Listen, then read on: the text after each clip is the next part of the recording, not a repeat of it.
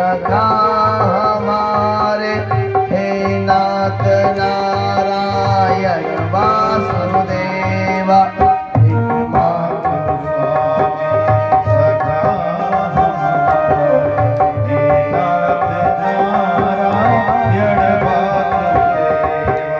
श्री कृष्ण गोविंद हरे मुरारे हे नाथ नारायण वासुदेवा हरे राम राम राम हरे हरे हरे कृष्ण कृष्ण कृष्ण हरे हरे हरे राम राम राम हरे कृष्ण कृष्ण कृष्ण हरे हरे श्री कृष्ण गोविंद हरे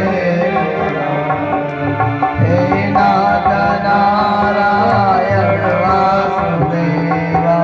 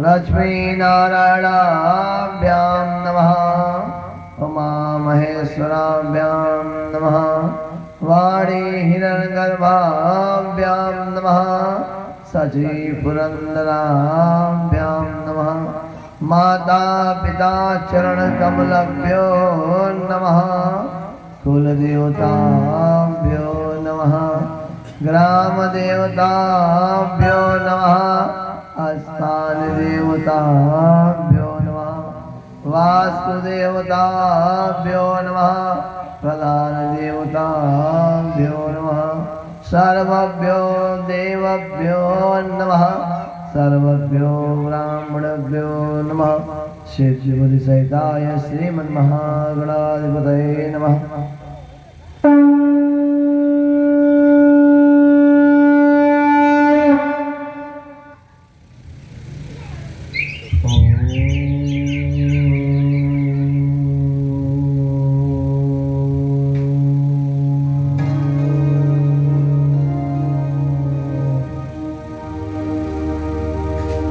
आज इस पावन पवित्र कथा में आप सभी कथा के चौथे दिन आए हैं। आज के कथा में भगवान का जन्म होगा। आज नंद के घर आनंद की प्राप्ति एवं उत्सव का आनंद हम सभी पाएंगे। तो अभी कल हम लोगों ने ध्रुव के बारे में सुना, प्रहलाद हिरण्यकश्यप कथा सुना और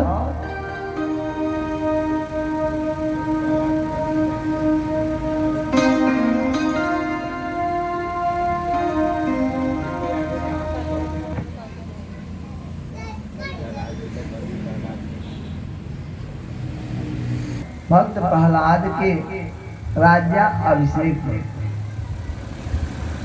श्रीमद् भागवत कथा हर व्यक्ति सुन ले, ये उसके भाग्य का है। ये कथा हर जगह हो जाए ये भी संभव नहीं है।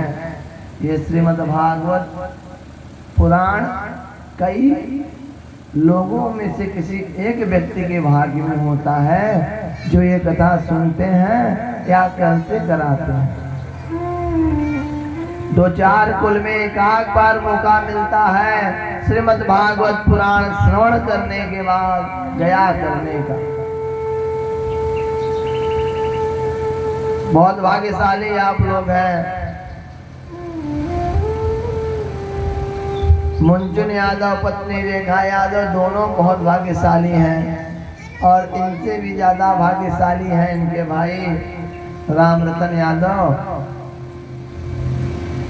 जिनको भाग्य से ये कथा प्राप्त हो गया।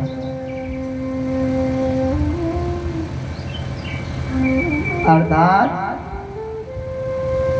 अपने भाग्य से सब प्राप्त होता है। बहुत शक्तिशाली व्यक्ति है फिर भी बेकार है, बहुत ज्ञानी है वो भी बेकार है। लेकिन भाग्य जिसका प्रबल होता है, महाज्ञानी महाशक्तिशाली व्यक्ति उसके सम्मुख साधारण होते हैं और भाग्यशाली बहुत आगे जाते हैं।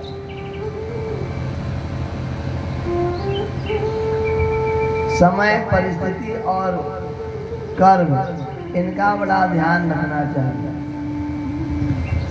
भक्त प्रहलाद कहते हैं कि प्रभु मैं अब क्या करूं, मुझे क्या करना चाहिए। श्री भगवान नारायण कहते हैं भक्त प्रहलाद तुम्हें भजन करना चाहिए, तपस्या करना चाहिए, परोपकार करना चाहिए। प्रहलाद जी ने कहा कैसे करूं प्रभु, मेरा तो 5 विवाह हो गया, 5 पत्नियां हो गई, 5 साल की।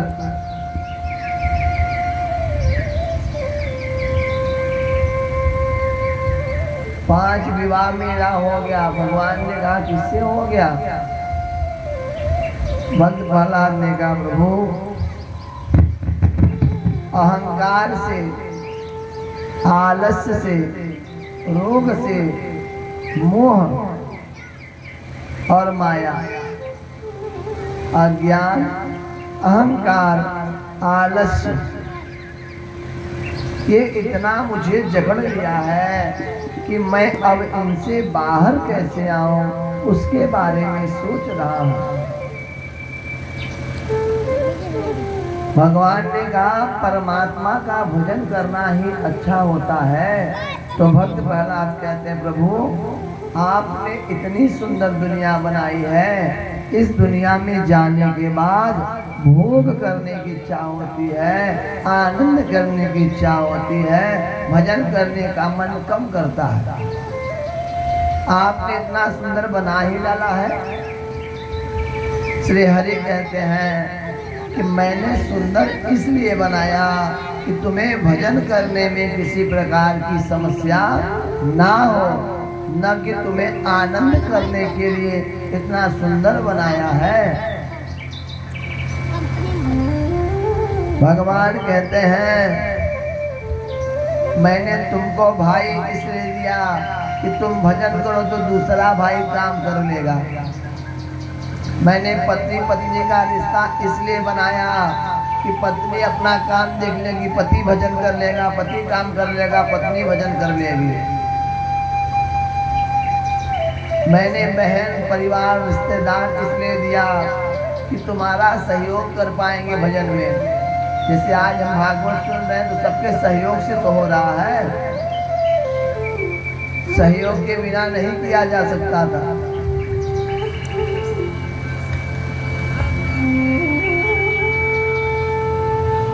प्रहलाद कहते हैं प्रभु कैसे तृप्ति की प्राप्ति हो, कैसे ऐसा हो कि हम तृप्त हो जाए।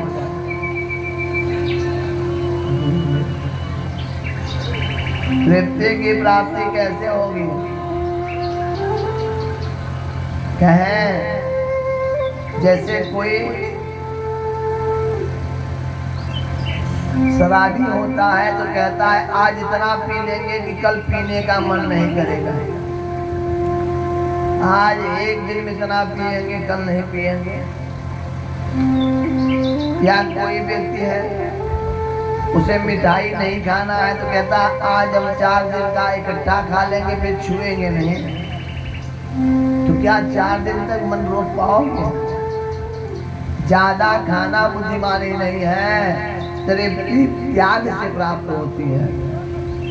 अगर कोई चीज की तृप्त होना है उसे त्याग दो, बस अब नहीं करना, तृप्त हो जाऊंगा। जब तक त्याग नहीं आएगी तृप्ति की प्राप्ति नहीं होगी। जैसे हम लोग दाल चावल खाते हैं खाना में, और अगर व्रत है 1 हफ्ता तो 1 हफ्ता दाल चावल नहीं खाएंगे, 10 दिन नहीं खाएंगे, लेकिन उसके बाद फिर दाल चावल खाने की इच्छा आ जाती है कि मिल जाता दाल चावल तो अच्छा रहता, तो तृप्ति नहीं हुई। हम लोग बचपन से खाते आ रहे हैं दाल चावल, लेकिन आज तक तृप्त नहीं हुए कि अब दाल चावल नहीं खाना है। कुछ दिन के लिए मन मानता है, 10 दिन 20 दिन 1 महीना 2 महीना, फिर खाने की इच्छा हो जाती है।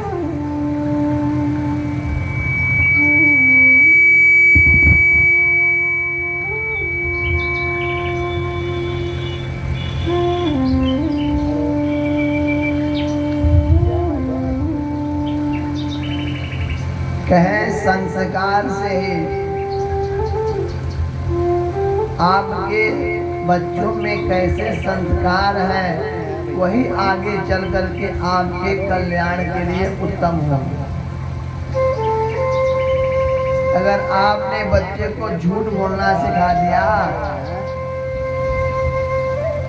और सोचा, जैसे बहुत सी माताएं क्या करती हैं, कुछ सामान खाने का लाई रहते हैं तो अपने बेटे को दे देती हैं और देवरान जेठान के बच्चों को नहीं देती, और अपने बेटे से बोलती छिपा कर खा लेना, कोई देखे ना। तो बचपन में तो कर लिया, छिपा कर खा लिया, जब वो बड़ा हो गया उसकी पत्नी आ गई और जब छिपा कर अपनी पत्नी के लिए ले जाना शुरू किया, तब वही माँ रोती है कि मेरा बेटा छिपा कर ले जाता है बहू के लिए। सिखाया किसने? सिखाया तो आपने ही। अगर बचपन में सिखाया होता कि सबको बांट कर खा, तो बाद में वो चोरी करके ना ले जाता, बांट कर ले जाता। इसलिए संस्कार बालपन से लीजिए, बचपन से नहीं सिखाओगे और बाद में चाहोगे कि हमें 100% रिजल्ट मिले, तो ये संभव नहीं है।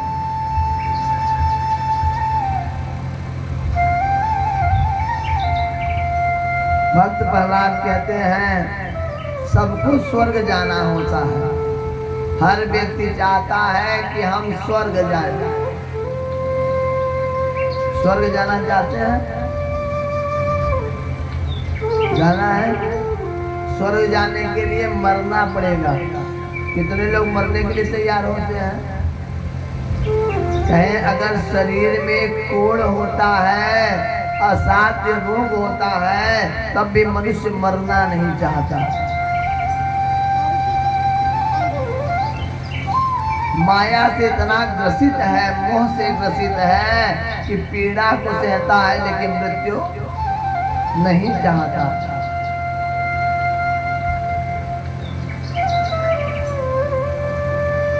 जबकि मृत्यु अटल सत्य है, ये उसको पता है कि मृत्यु तो निश्चित है, आनी है, आएगी और हम जाएंगे। इसे कोई रोकने वाला ना है, ना था, ना होगा।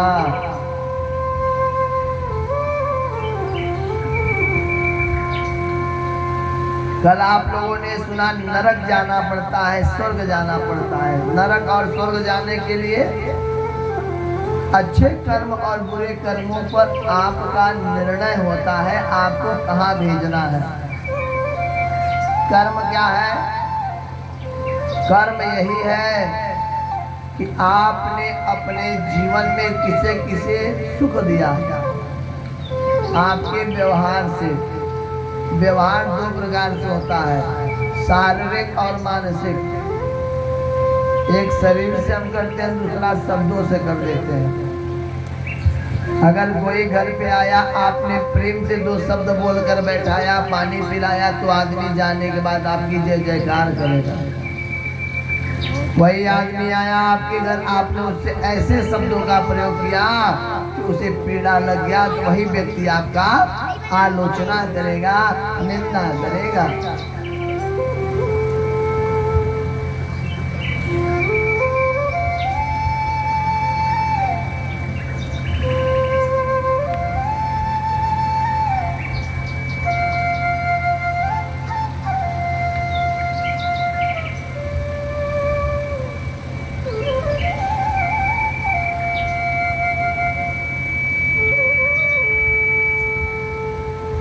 कहें कुछ चीज में, जैसे कुछ लोग कहते हैं कि हम पूजा नहीं करते, हमारी पत्नी हमारा संती पूजा कर लेती है, हम तो कमाते हैं, पत्नी पूजा करती है।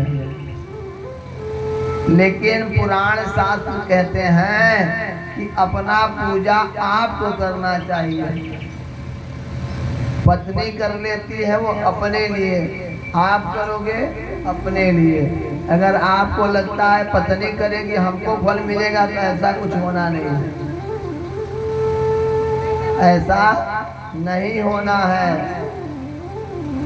बस पत्नी अपना सुहाग अमर मांगती है, इसलिए आप सुरक्षित हैं। लेकिन ये सोचिए कि पत्नी पूजा करेगी हमको धन मिलेगा, पत्नी पूजा करे हमारा कल्याण होगा, तो कुछ नहीं होना है। आपको अपना पूजा खुद करना पड़ेगा। अगर पत्नी खाना खाए और आपको न दिया जाए तो पेट भरेगा? जब खाना तुम अपना खाओगे, पत्नी अपना खाएगी, तो पूजा किसके हिस्से का कराओगे? जब भोजन नहीं कर सकते तो धर्म क्यों? कहते हैं भगवान प्रहलाद से, प्रहलाद कुछ चीजों में बदला बदली नहीं किया जा सकता।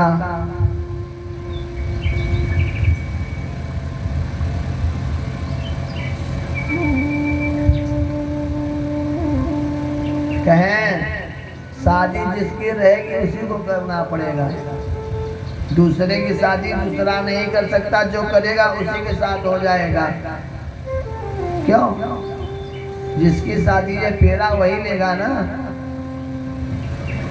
जिसका भोजन वही खाएगा, जिसकी पूजा वही करेगा, तभी कल्याण है, अन्यथा आपको कुछ मिलना नहीं है। ये सत्य है।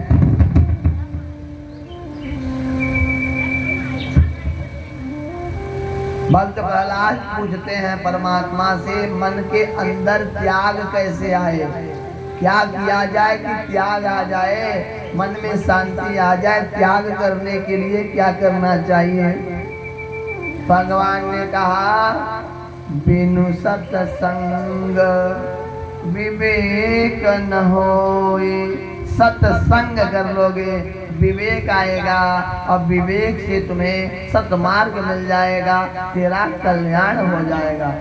तो सत्संग कर, सत्संग करने से आनंद और त्याग दोनों की प्राप्ति होती है। कैसे आनंद कैसे मिलता है? कहीं जा करके कभी वन में देखो, साधु महात्मा एक रुमाल लपेट कर बड़े आनंद से बैठे रहते हैं, उन्हें किसी की चिंता नहीं होती। और त्याग देखो कि ना उन्हें तन पे कपड़े की आवश्यकता, ना तो पैसे की आवश्यकता, ना बर्तन की आवश्यकता। एक कपड़ लिया, उसी में खा लिया, उसी से नहा लिया और सो पड़े जहाँ मन किया। संपूर्ण पृथ्वी उन्हीं का है। तो आनंद और त्याग एक साथ प्राप्त होता है। चलिए मजा।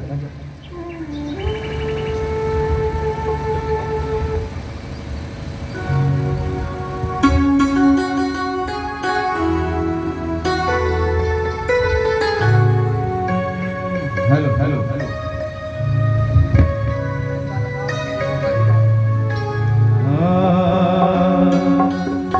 जब भक्त नहीं होगा, जब भक्त नहीं होंगे भगवान कहाँ होगा। जब भक्त नहीं होंगे भगवान कहाँ होगा।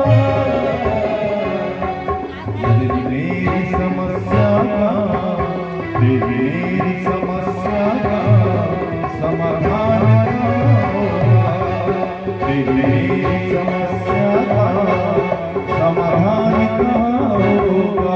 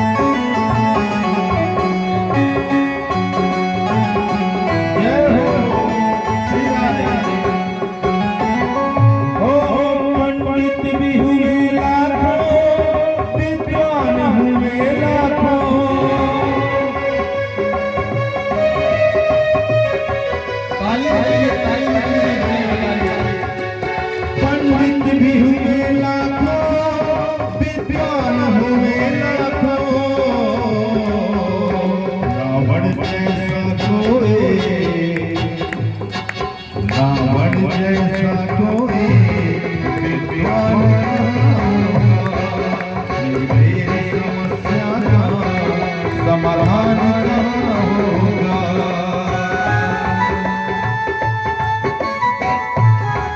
जय हो श्री राजा गुरुदेव की जय हो।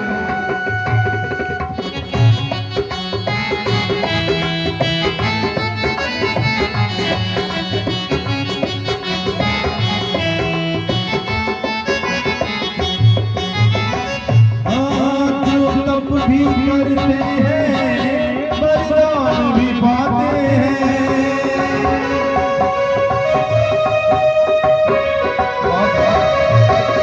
जो तप भी करते हैं बरदान भी पाते हैं। भस्मासुर के जैसा देखो ना प्रभु इतने कृपालु है कि दानवों को भी वरदान दे देते हैं। ऐसे वरदान दे देते हैं कि उन्हीं को खतरा हो जाता है। इसलिए भस्मासुर के जैसा वरदान कहाँ होगा। भस्मासुर के जैसा वरदान कहाँ होगा।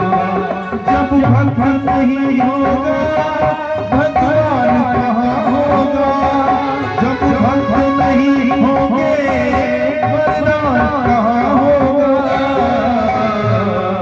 हर एक समस्या का तेरी समस्या का समाधान कहाँ होगा।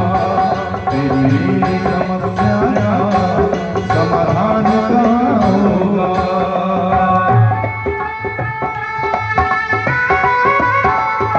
जय हो।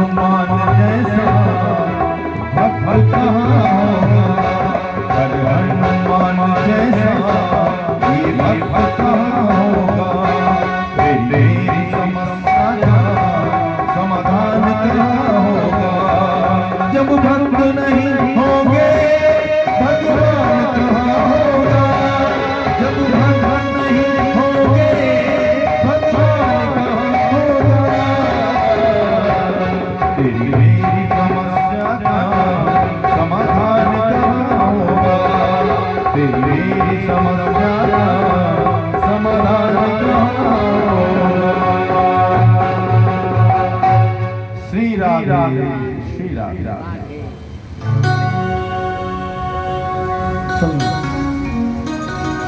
राधे राधे राधे राधे। भक्त प्रहलाद के प्रश्नों का उत्तर दिए भगवान नारायण ने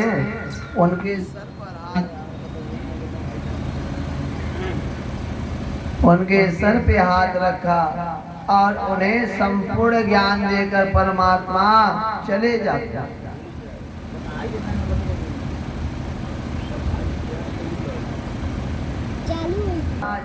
राजा परीक्षित से कहते हैं, अब क्या सुनना चाहते हो? श्री परीक्षित महाराज जी ने कहा, हमें धर्म के बारे में बताइए, धर्म क्या है? श्री सुखदेव मुनि महाराज कहते हैं कि नारद और युधिष्ठिर धर्म पे चर्चा कर रहे थे, तो युधिष्ठिर ने कहा, हे देवर्षि नारद, धर्म क्या है? धर्म से जुड़ी बातें बताएं।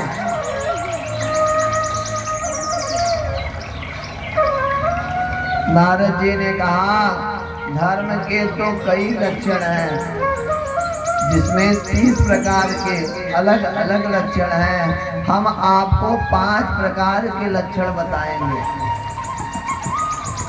5 ऐसे महत्वपूर्ण भाग हैं धर्म के, जिस पर मनुष्य यदि मार्गदर्शन पकड़ ले, जिस पर चल जाए तो मनुष्य का जीवन सफल हो जाए।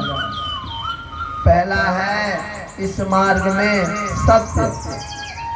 सत्य को अपनाना ही मनुष्य का धर्म है।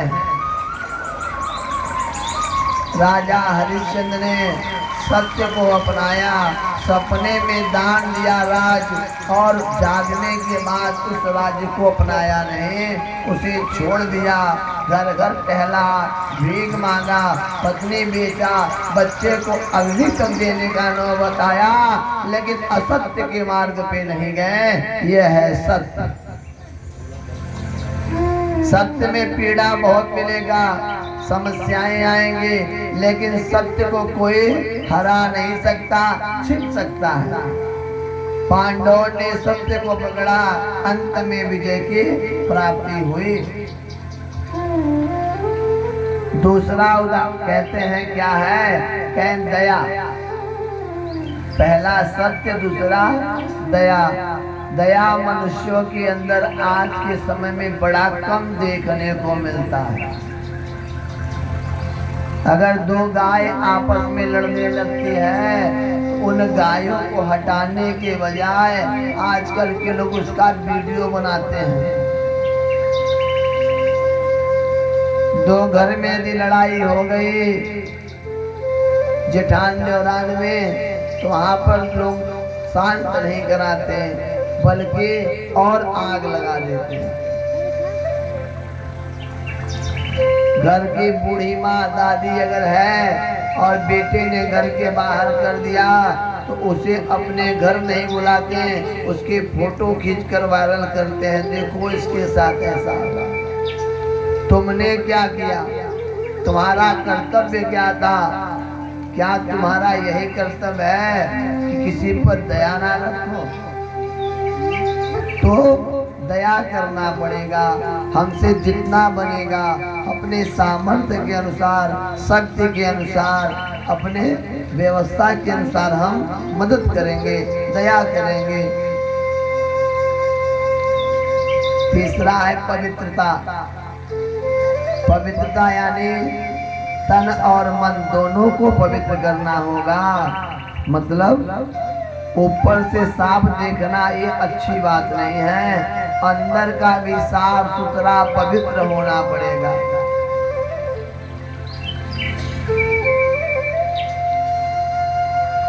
मन में इतनी पवित्रता होनी चाहिए कि अगर अपनी माँ को बहुत प्यार करती हो तो वही प्रेम, वही पवित्रता, वही स्पष्टता अपनी सास के अंदर भी वही प्यार करना चाहिए।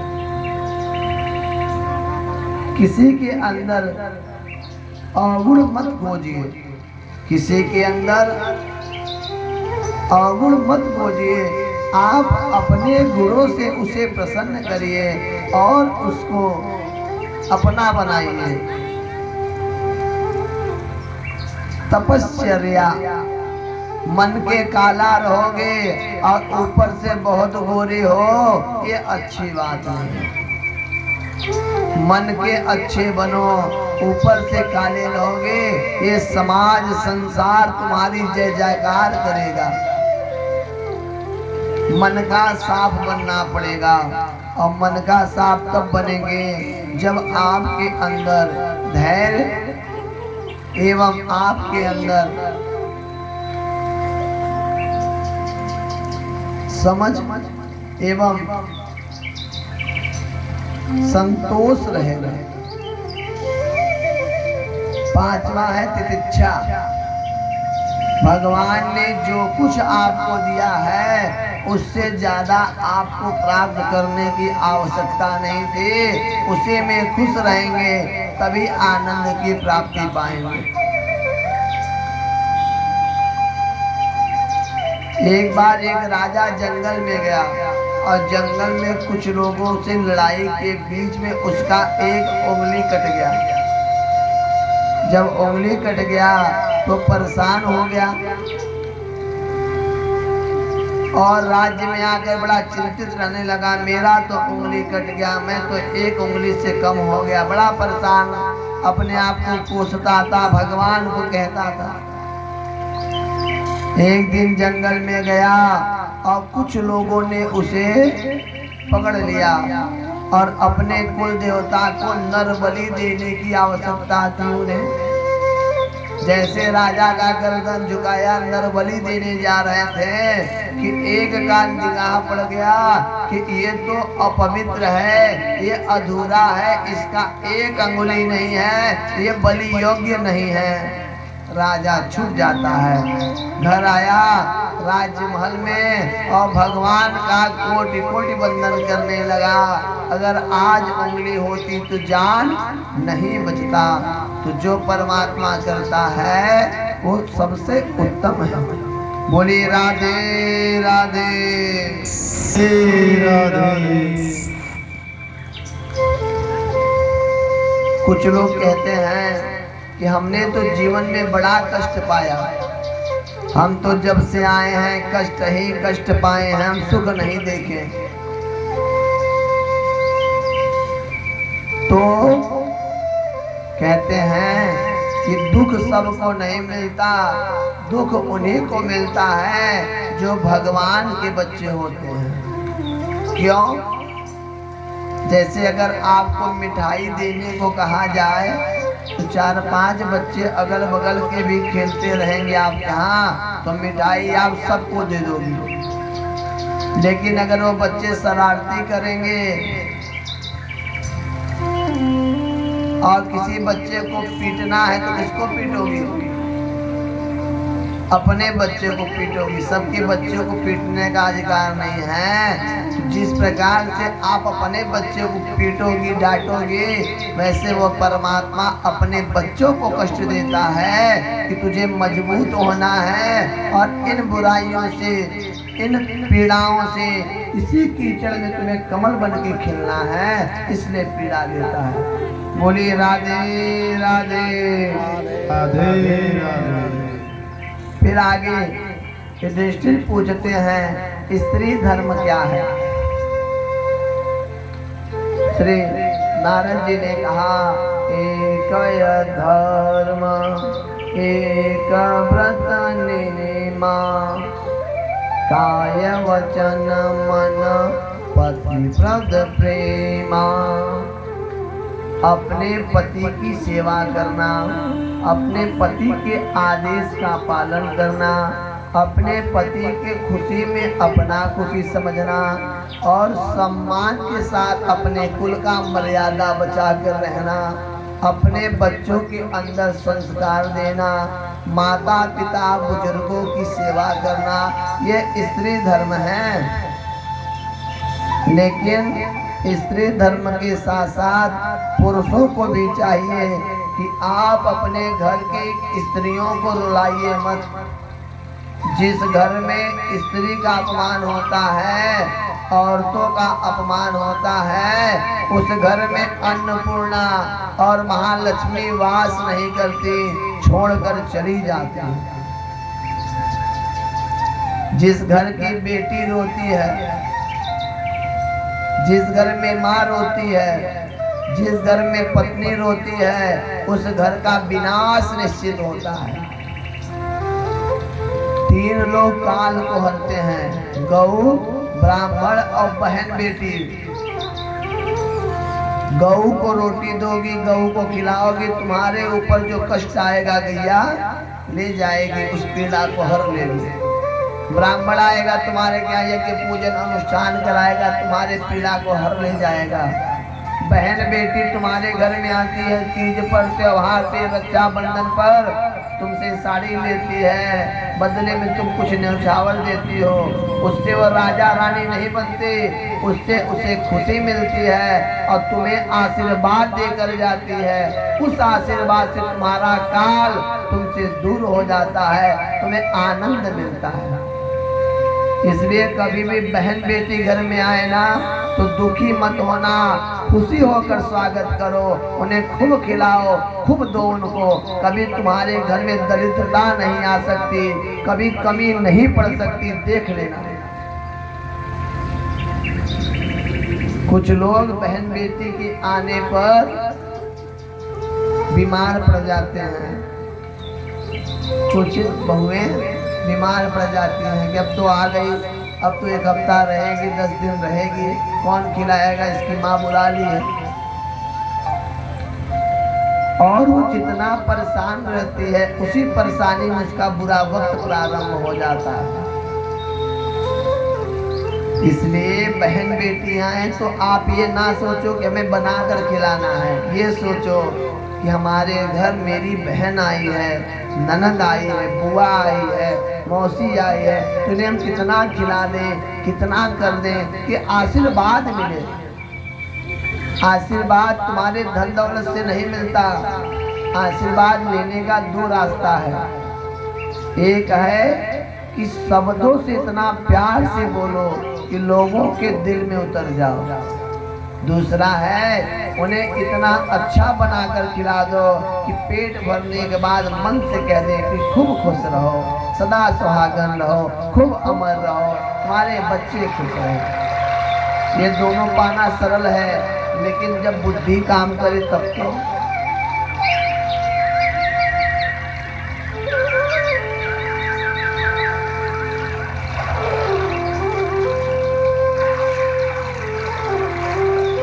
और स्त्री धर्म है, आजकल का फैशन हो गया है कि अपने आदमी को नाम से सब बुलाती हैं, पतियों का नाम ले लेती हैं। लेकिन हमारे यहाँ ये परंपरा नहीं था। हमारे यहाँ पतियों का नाम पहले नहीं लिया जाता था, माना जाता था कि आयु घट जाएगा, कम हो जाएगा, पति का नाम मत लो। पहले की माताएं जो हैं बैठी, अगर उनसे पति का नाम पूछा जाएगा तो चाहे कितना जरूरी काम होगा वो तो नहीं बताएंगे। बगल वाले से कहेंगे बता दो, तो उससे कहेंगे फलाने के पिताजी का नाम बता दो, अपने मुंह से नहीं कहेंगे। ये प्रेम है, ये उनका प्रेम है कि हम नहीं लेंगे, नहीं आयु कम हो जाएगी। ऐसे एक जगह कथा हो रहा था, वहाँ पर मोहल्ले के सारे लोग आते थे कथा सुनने, तो एक बिटिया भी गई कथा सुनने अपनी चाची के साथ। और उस जो चाचा थे उनका नाम था देवकी नंदन। क्या नाम था? देवकी नंदन। तो चाची गई, सब लोग गए, तो सब लोग भजन कर रहे थे। तो महाराज जो मंच पे बैठे थे उन्होंने बड़े ध्यान से देखा कि आप भजन क्यों नहीं कर रही हो। तो कैसे भजन करें, क्यों नहीं कर पा रही थी? भजन था जय रघुनंदन कंस निकंदन, जय रघुनंदन कंस निकंदन, जय रघुनंदन कंस निकंदन, जय रघुनंदन कंस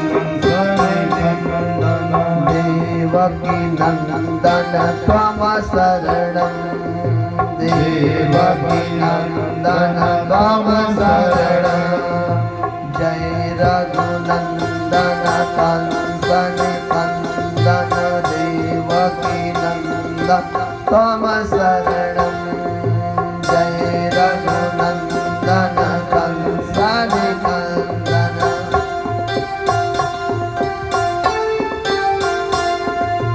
जय रघुनंदन कंसन कंदन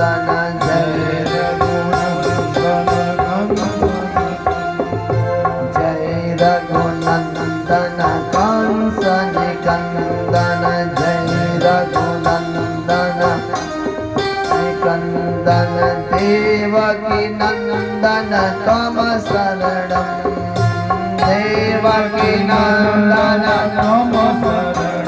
अब वो बेचारी कैसे बोले, क्योंकि उसके पति का नाम था देवकी नंदन।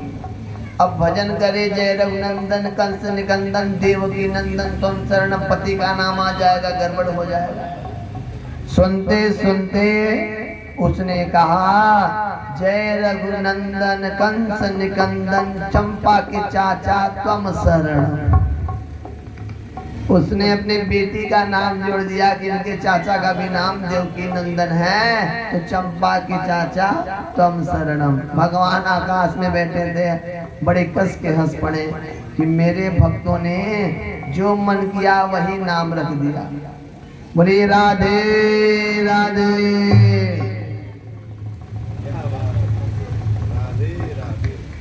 राधे राधे राधे।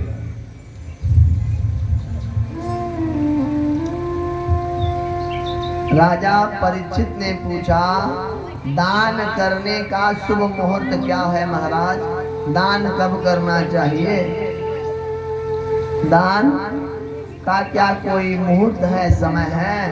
तो श्री सुखदेव मुनि महाराज कहते हैं कि जब सूर्य उत्तरायण और दक्षिणायन होने लगे उस समय दान करने से बहुत ज्यादा फल मिलता है।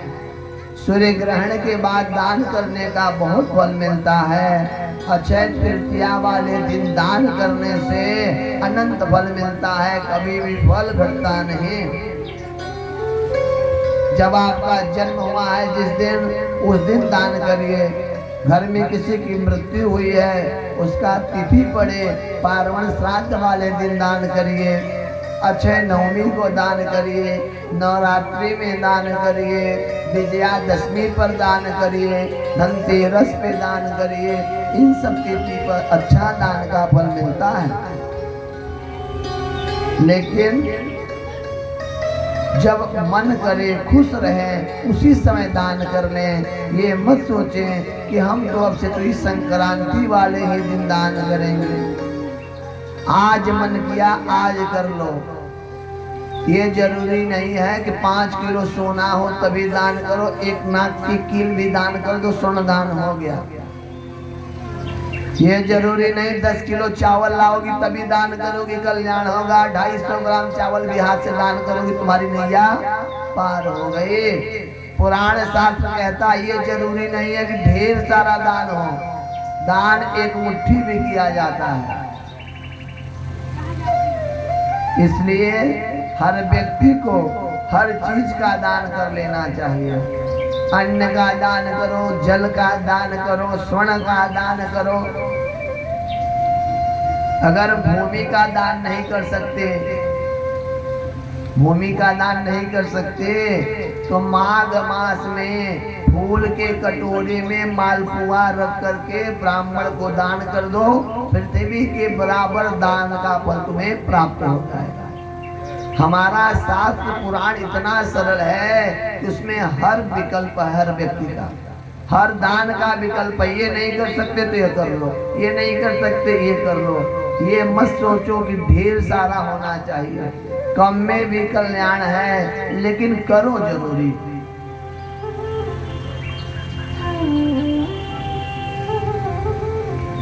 लेकिन दान करते समय 2 बातों का ध्यान रखो।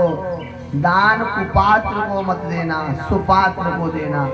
अगर आपने किसी गलत व्यक्ति को दान कर दिया है तो उस दान से आपका भी नुकसान होगा। जैसे आग में आग बंद करके हाथ डालोगे तब भी हाथ जलेगा, और आग खोलकर हाथ डालोगे तब भी हाथ जलेगा।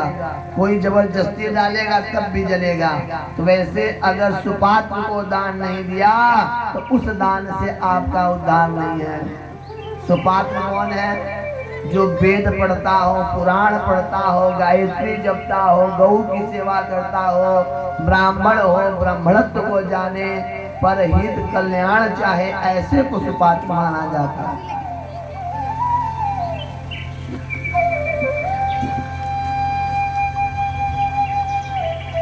विशेष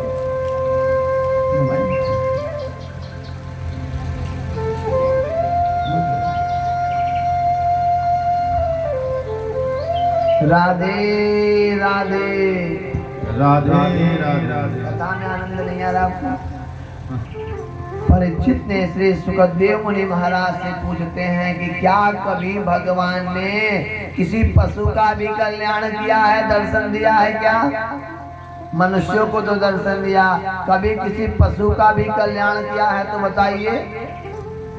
श्री सुखदेव महाराज कहते हैं हाँ, एक गजेंद्र था, सफेद रंग का हाथी, और इतना शक्तिशाली था कि उसके महक से जब वो चलता था तो उसके महक से सिंह भी अपने गुफा में घुस जाता था। इतना शक्तिशाली था। अपने बच्चे और पत्नी को लेकर सरोवर में, नदी में स्नान करने गया। एक मगर आया और उसके पैर को पकड़ लिया। मगर को कहते हैं ग्राह। ग्राह आया, पकड़ लिया पैर को, तो हाथी ने सोचा मैं तो जब चाहूंगा झटकूंगा, जाकर नदी के उस पार फेंका जाएगा। धीरे धीरे अपने पत्नी को सूर से पानी कभी पत्नी के ऊपर मार रहा है, कभी बच्चों के ऊपर मार रहा है, आनंद ले रहा है। धीरे धीरे धीरे धीरे उस ग्राह ने उन्हें बीच के पानी में उठा ले गया। और जब देखा कि हाथी कि मैं तो पृथ्वी का हूँ जानवर और ग्राह मगर पानी का शक्तिशाली है, अब हाथी की शक्ति काम नहीं कर रही है, ग्राह खींच रहा है। अपने पत्नी को हाथी ने आवाज दिया, गजेंद्र ने मुझे बचा लो। पत्नी ने कहा स्वामी अब मैं आऊंगी बचाने, तो आपको छोड़ के मुझे ना पकड़ ले। कल तक जो पत्नी प्यार कर रही थी आज वही कह रही है कि आपको छोड़ के मुझे ना पकड़ ले। बच्चों से कहा तो बच्चों ने कहा पिताजी आप जाइए, हम लोग श्राद्ध बढ़िया से कर देंगे आपका। अब आपने जिंदगी जी लिया, आपके चक्कर में हम आएंगे तो हम मारे जाएंगे। फिर अपने भाई चाचा दादा सबको बुलाया, कोई वहां पर बचाने नहीं गया। अब वो डूबते डूबते चला गया, इतना सा सूर बचा है, अब वो किसको बुलाए सोच में पड़ गया। श्री हरि को पुकारता है, नारायण को पुकारता है।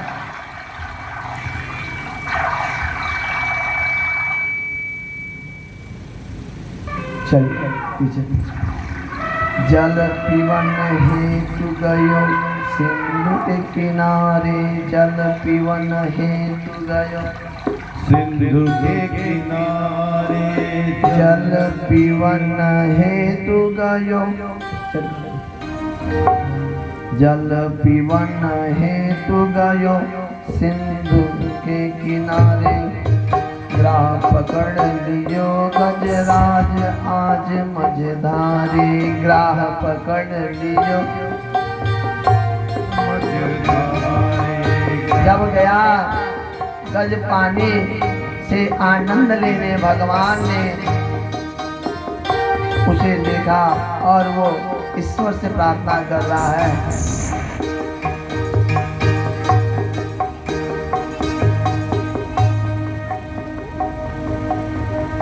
जल पीवन हेतु गयो सिंधु किनारे, जल पीवन हेतु गयो सिंधु किनारे। ग्राह पकड़ लियो गजराज आज मझधारे, ग्राह पकड़ लियो गजराज आज। भयो चार पहर को युद्ध बीच जलधारे, भयो चार पहर को युद्ध बीच जलधारे, पल पल खिंचत है ग्राह सिंधु मझधारे। भगवान देख रहे हैं कि हर पल वो खींचते हुए अंदर ही ले जा रहा है, बच नहीं पा रहा है ग्राह। जाके जौ भर रह गई, जब जौ के बराबर बचा है सूड़, तो परमात्मा से प्रार्थना कर रहा है, श्री नारायण से प्रार्थना कर रहा है गजराज।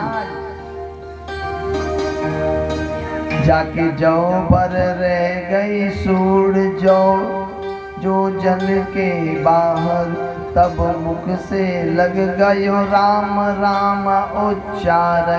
जब आखिरी क्षण मात्र अब देखा कि नहीं बचेंगे, तो भगवान से प्रार्थना करने लगा कि अब राखो शरण गजराज आज गजहारे, अब राखो शरण ब्रिजराज आज गजराज, अब राखो शरण ब्रिजराज आज गजहारे, अब राखो शरण ब्रिजराज आज गजहारे। गज कह रहा है, हे ब्रिज के नंद, हे नारायण, अब मैं हार गया हूँ, आज हमें बचा दो। आधी रात मध्य रात्रि का समय था, अब गजेंद्र को बचाने वाला कोई नहीं मिल रहा है। ब्रह्म परमात्मा से प्रार्थना कर रहा है। भगवान अचानक नींद में थे, उन्हें स्वप्न आया कि जैसे कोई उन्हें बार बार पुकार रहा है, कोई डूब रहा है, किसी को बचाना है। तो सुन काची नींद की टेर चौक प्रभु जागे, सुन काची नींद में टेर प्रभु आज जागे। और आधी रात को जब भगवान ने उसकी आवाज सुनी, तो भगवान वहां से भागते हैं। कैसे भागते हैं? न तो गरुड़ को बुलाएं, क्यों नहीं बुलाएं गरुड़ को? भगवान को लगा कहीं ऐसा ना हो कि गरुड़ के इंतजार में उधर गजराज डूब न जाए, कहीं वो ग्राह मगर उसे मार न डाले। और भगवान ने एक पल भी आराम नहीं किया और क्षण मात्र वहां पहुंच गए। जैसे भगवान पहुंचे हैं, भगवान ने चक्र सुदर्शन को आदेश किया कि तत्काल उस ग्राह का गर्दन काटो और गजराज को बचाओ। भगवान का सुदर्शन जाता है, उस ग्राह के गर्दन को काटता है और गजराज को भगवान ने हाथ से पकड़ा और उसे लेकर के स्वर्ग के लिए भगवान चले जाते हैं।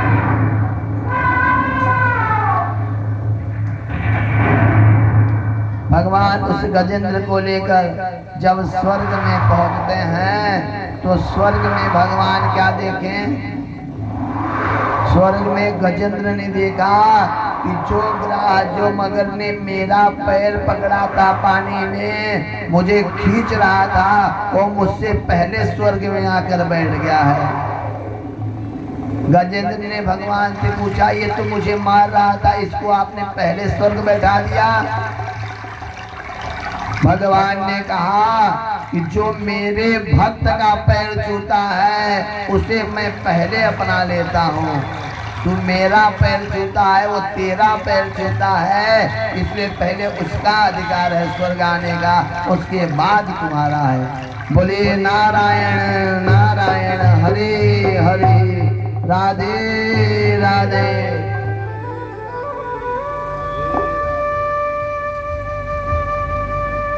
आइए एक बजे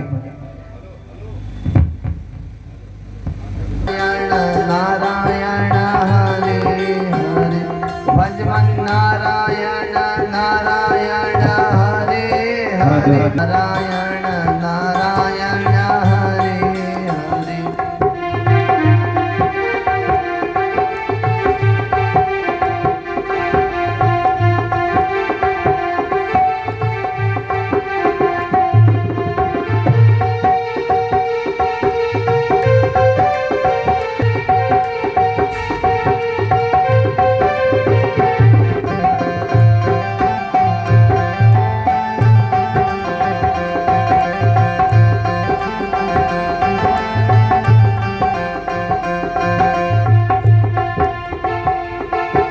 Sriman Narayana Narayan Narayan Sriman Narayana Narayan Narayan भजमन्नारायण Narayan Narayan भजमन्नारायण Narayan Sriman Narayana Narayan Narayan Sriman Narayana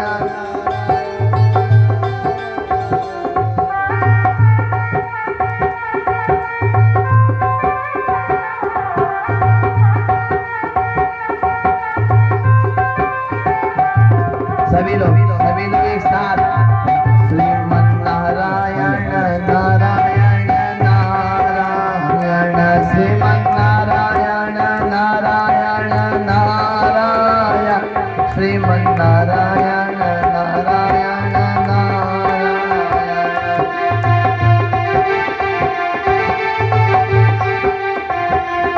hello hello hello hello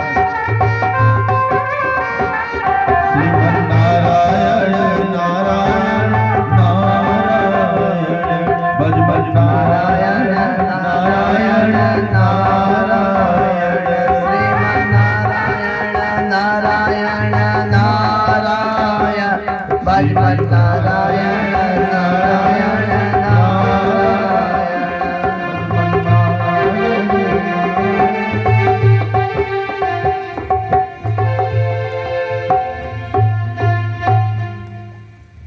आइए भगवान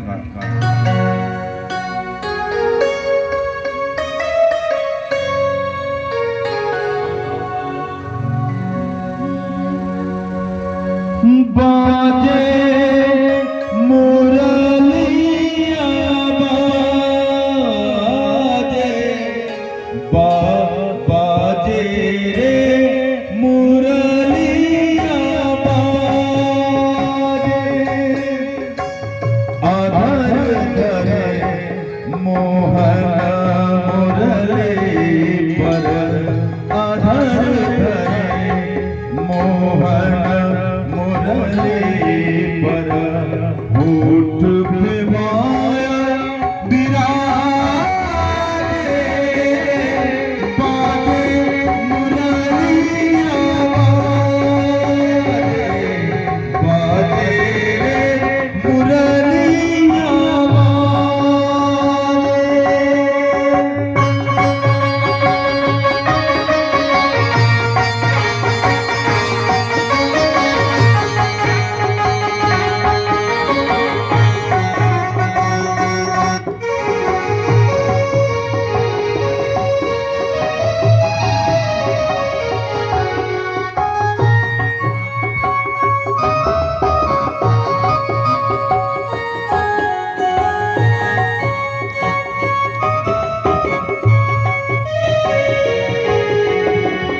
हरे हरे बांस की बनी रे मुरलिया मरम मरम को छुएंगे अंगुलिया मरम मरम को छुएंगे अंगुलिया चंचल चतुर अंगुलिया जिस पर चंचल चतुर अंगुलिया जिस पर कनक मुदरिया साजे बाजे मुरलिया बाजे रे मुरलिया आधार करे मोहन मुरली पर आधार करे मोहन मुरली पर होठ पे माया बिराजे बाजे मुरलिया मुरलिया बाजे मुरलिया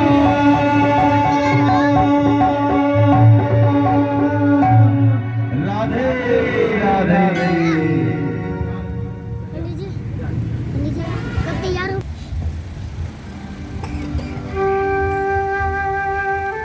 कथा ज़्यादा है, जन्म कराना है, उत्सव में खूब गाइए, सोहर गाइए। आज आप ही का दिन है। आज आपकी पूरी अंदर की कला भक्तों के मध्य में है। राजा श्री परीक्षित जी ने कहा, ये तो ठीक है, लेकिन ये बताइए श्री हरि, भगवान के बारे में मैंने तो सुन लिया, ये बताइए प्रभु कि समुद्र मंथन हुआ था, तो समुद्र मंथन कैसे हुआ था और उसे किसने कराया था?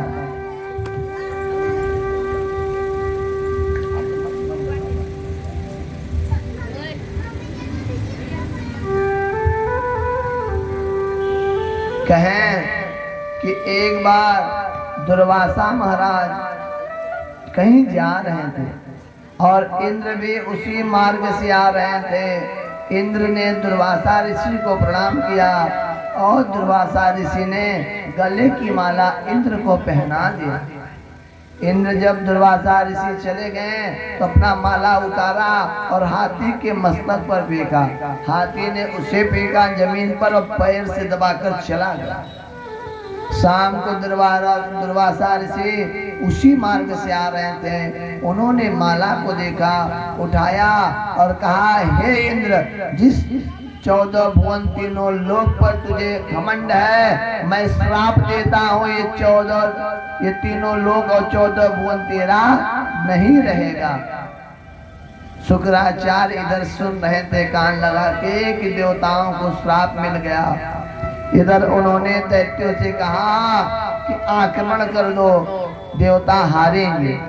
आक्रमण हुआ, देवता हार गए और वहां असुरों का बोलबाला हुआ, देवराज इंद्र हार गए। अब देवराज इंद्र भगवान के पास गए, भगवान से बोले तो भगवान ने कहा, देखो तुम्हें दुर्वासा ऋषि का श्राप है, तो अब तुम लोग जीतोगे तो नहीं, इसका एक मार्ग है, समुद्र मंथन कराया जाए। कहे अच्छा, कहे समुद्र मंथन में क्या होगा? कहे जाकर असुरों से, दैत्यों से मित्रता कर लो और उन्हें बताओ कि वो तैयार हो जाएं समुद्र मंथन के लिए। असुरों के पास देवताओं का जाता है संदेश, उनके गुरु शुक्राचार्य मान जाते हैं। भगवान विष्णु ने देवताओं से कहा कि देखो, 2 बात का ध्यान रखना, दैत्य होते हैं मूर्ख, तो तुम लोग कहना कि हम जो सर्प आएगा, रस्सी आएगा, एक पर्वत मथनी होगा जिसका नाम होगा मंद्राचल पर्वत। एक रस्सी चाहिए, तो रस्सी में क्या था? रस्सी में उस समय उनके पास वासुकी थे। वासुकी को उन्होंने रस्सी बनाया और मंद्राचल पर्वत को बीच में रखा। तो भगवान ने कहा, देखो जब तुम लोग खींचोगे तो वासुकी के अंदर से जहर निकलेगा और जो जो आगे रहेगा। भगवान ने कहा देवताओं से कि तुम लोग दैत्यों के सामने ये जिद करना कि आगे हम रहेंगे, हम ज्यादा बलशाली हैं, दैत्य कमजोर हैं, पीछे जाएंगे। जब सब इकट्ठा हुए और दैत्यों के सामने देवताओं ने कहा, आगे का हिस्सा हम पकड़ेंगे क्योंकि हम ज्यादा शक्तिशाली हैं। दैत्यों ने कहा, जरूर विष्णु का कोई छल होगा, कोई छल किया होगा, ज्यादा लग रहा है लाभ आगे है, इसलिए कह रहा है कि देवता पकड़ेंगे। दैत्यों ने कहा, ना ना हम पकड़ेंगे, हम शक्तिशाली हैं। भगवान ने कहा, यही तो मैं चाह रहा था, तुम पकड़ लो, चलो ठीक है। जब खींचा गया तो सर्वप्रथम सांस लिया सर्प ने, इतना आग निकला कि आधे दैत्य मर गए। भगवान ने कहा, जय हरि। फिर खींचा गया और विष निकला, इतना विष निकला, देवता दैत्य सब वहां से भागे छोड़ के। ये तो बड़ा गड़बड़ हो गया। अब दैत्य और देवता दोनों ने सोचा, अब इस विष का क्या होगा? ब्रह्मा जी के पास गए, महाराज विष निकला है, क्या होगा? ब्रह्मा जी ने कहा, देखो अब हमको विष नहीं पीना। सब गए विष्णु भगवान के पास, प्रभु विष निकला है। भगवान विष्णु ने कहा देखो भाई हम तो मेवा मिश्री खाने वाले, विष हमारे बस की बात नहीं है। कौन पिएगा? क्या विष पीने वाले एक है देवादिदेव महादेव। सारे देव गए भगवान भोलेनाथ के पास, त्राहिमाम त्राहिमाम त्राहिमाम, महादेव रक्षा करें। महादेव बोले क्या हो गया? क्या प्रभु इतना विष निकला है कि हम सब मारे जाएंगे, कैसे होगा समुद्र मंथन? भोलेनाथ ने कहा क्या चाहते हो? क्या प्रभु विष पी लो। भोलेनाथ ने कहा बस पी लूंगा। माँ पार्वती को पता चला कि भोलेनाथ विष पीने वाले हैं। दौड़ के आई, बोली क्या हो गया, कहाँ जा रहे हैं? बोले देवताओं ने कहा है विष पीना तो जा रहे हैं, पी लेंगे। माँ ने कहा आप सही में भोलेनाथ हैं, इतना भी नहीं चिंता कि आपको कुछ हो जाएगा तो हमारा गणेश का कार्तिक का क्या होगा? भोलेनाथ ने कहा तुम चिंता न करो, कुछ नहीं होगा। माँ समझ गई कि पुरुष हैं, ये ऐसे नहीं समझेंगे। माँ ने कहा आप मुझे प्रेम करते हो? भोलेनाथ ने कहा हाँ। कहीं मैं आपके दिल में कहाँ हूँ? क्या दिल में रहती हो?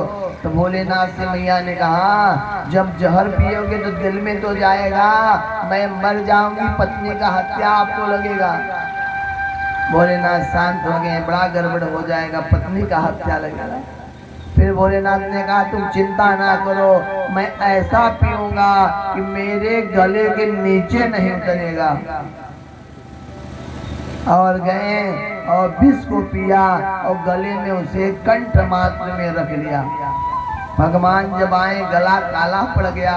माँ पार्वती ने देखा तो उस गले पर हाथ रख के शीतलता दिया और भोलेनाथ का नाम पड़ा नीलकंठ महादेव की जय।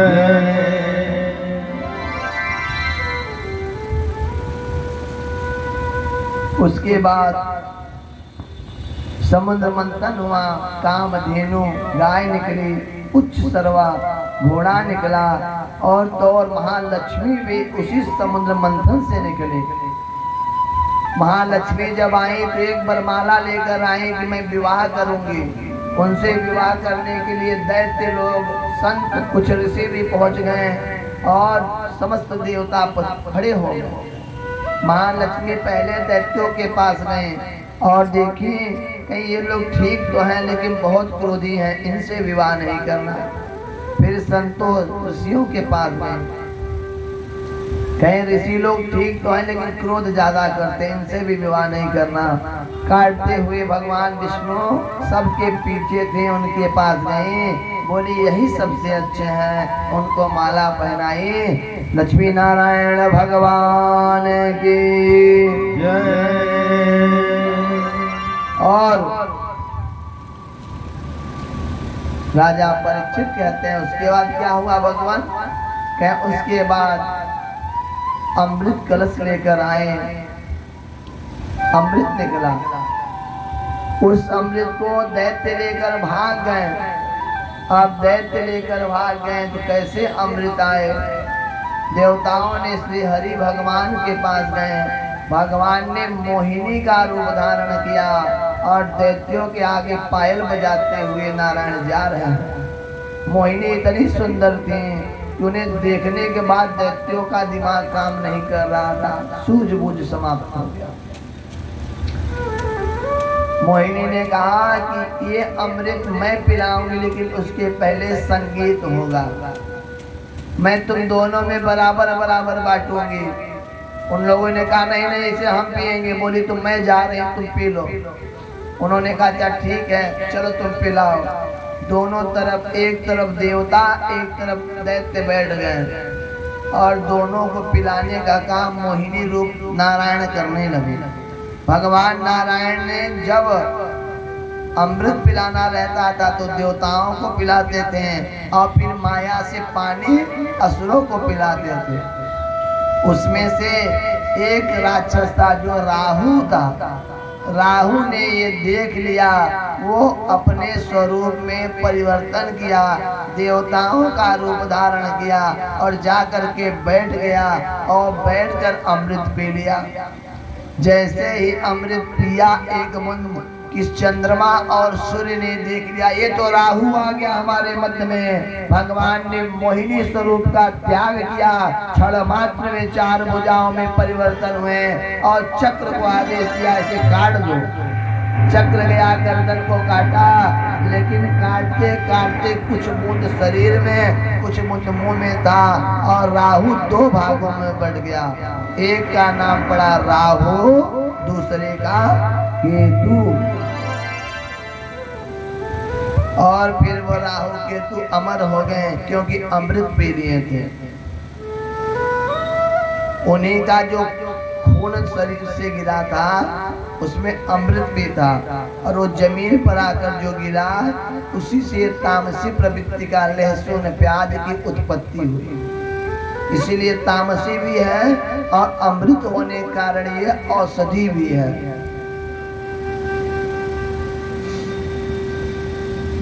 श्री राजा परीक्षित कहते हैं तो भगवान ये बताइए स्वर्ग किसके पास था? कहें सुखदेव मुनि महाराज स्वर्ग तो राक्षसों के पास था। कहें कैसे? जब समुद्र मंथन हुआ तो देवता विजयी हो गए। कहें नहीं,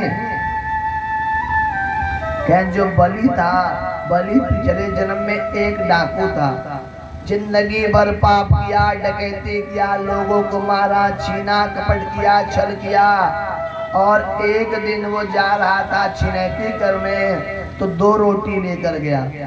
उस 2 रोटी को लेकर बैठा था, सोचा खाना खा लूं तब देखूंगा कौन आएगा, छिनैती करूंगा, डकैती करूंगा। तब से एक कुत्ता आ गया, भूखा था। बलि ने जैसे भोजन करना चाहा, कुत्ता ने भूखा कि मुझे भी दो, तो उस कुत्ते को दे दिया। 1 रोटी दिया, वो खाने लगा। फिर उसे भूख लगी थी, कुत्ते की भूख देखकर बलि ने दूसरी रोटी भी दे दिया और 2 रोटी को दे दिया। कुछ समय के बाद जब इसकी मृत्यु हुई तो इसकी मृत्यु के बाद यमराज के दूत जब ले गए, यमराज के दूतों ने कहा कि बड़ा पापी है, बहुत पाप किया है। तो यमराज ने चित्रगुप्त से पूछा इसने अपने जीवन में पुण्य क्या किया है? चित्रगुप्त ने कहा 1 पुण्य किया है, 2 रोटी किसी कुत्ते को खिलाया था।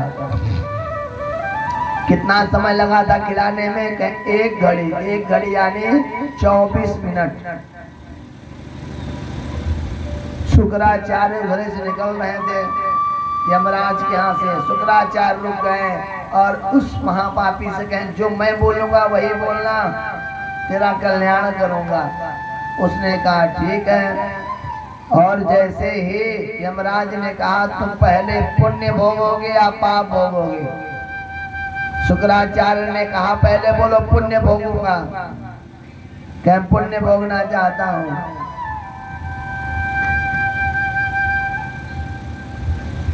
कहें पुण्य भोगना चाहते हो? कहें हाँ। कहें पुण्य में 24 मिनट तुमने पुण्य किया था, बताओ क्या चाहिए? तो शुक्राचार्य ने कहा इंद्रासन मांग ले 24 मिनट के लिए। तो उस पापी ने कहा इंद्रासन दे दो, स्वर्ग दे दो 24 मिनट के लिए। धर्मराज ने कहा ठीक है 24 मिनट तो पल भर में चला जाएगा, जा बैठ जा। जैसे इंद्रासन पे बैठने जा रहा था, शुक्राचार्य ने कहा जैसे बैठना कुछ ही देर बाद संकल्प करके मुझे दान कर देना। जैसे इंद्रासन पर बैठा है और आनंद लेने लगा, अप्सराएं नृत्य करने लगी, भूल गया।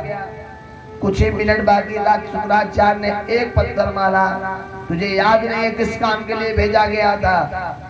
तुरंत याद आया, बोला गुरुदेव जल्दी से आप आ जाओ, कुशा लाओ। कुशा लिया, संकल्प क्या बोला, मैं ये 14 भुवन तीनों लोग अपने गुरु शुक्राचार्य को दान करता हूँ। अब सब लोग शांत हो गए। धर्मराज ये क्या कर दिया तूने? 24 मिनट में संपत्ति स्वर्ग को दान कर दिया, 14 भुवन तीनों लोग दान कर दिया। क्यों किया? उसने कहा 24 मिनट का राजा मैं हूँ, दान करूँ दान दूँ, आपसे क्या मतलब? 24 मिनट के बाद बात करना। शुक्राचार्य ने कहा अब मैं राजा हूँ, आज से ये सारा राज मेरा चेला बलि है, राजा बलि को मैं देता हूँ। अगले जन्म में वही राजा बलि हुए। गुरु अगर सच्चा मिल जाए ना तो ईश्वर के सामने आपको ले जा सकता है और आपके लिए परमात्मा से लड़ाई भी लड़ सकता है, सच्चा गुरु अगर मिले। शुक्राचार्य दैत्यों के सच्चे गुरु थे, वो कभी किसी से डरते नहीं थे, अपने चेलों का संति लड़ाई लड़ते थे। तो गुरु गुरु होता है, बस उसके अंदर सच्चाई है। इसलिए हर व्यक्ति को गुरु मंत्र लेना चाहिए, गुरु मंत्र का जप करना चाहिए, गुरु का पूजन करना चाहिए, गुरु का अभिनंदन स्वागत करना चाहिए। जब तक जीवन रहे गुरु का नाम गाना चाहिए। साल में एक बार गुरु के घर जाना चाहिए, गुरु से मिलना चाहिए, चरण धुलना चाहिए, तिलक लगाना चाहिए और तो और गुरु की महिमा प्रचार करनी चाहिए। कहें गुरु जीवन में एक बार मिलते हैं तो पानी पिए जान के, गुरु माने जान के। गुरु सच्चा हो, आपका कल्याण चाहने वाला हो। गुरु ऐसा ना हो जो आपसे भयभीत रहे, लालची ना हो कि पैसा देगा जजमान मैं नहीं बोलूं। ऐसा गुरु बनाओगे तो कल्याण नहीं होगा, क्योंकि मंत्री गुरु और वैद्य जो बोले प्रिय आस। अगर ये आपके प्रिय हो रहे डर के मारे तो आपका तन धन सब विनाश में जाएगा। शुक्राचार्य और राजा बलि अगले जन्म में गुरु चेला बने। राजा बलि ने एक यज्ञ किया और इधर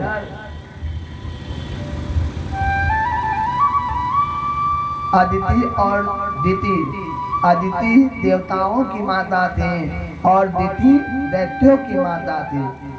जब राक्षस लोग उस पर स्वर्ग पे अधिपत्य जमा लिए, राक्षस मारे नहीं जा रहे। क्यों? क्योंकि राक्षसों ने अपना स्वभाव बदल दिया।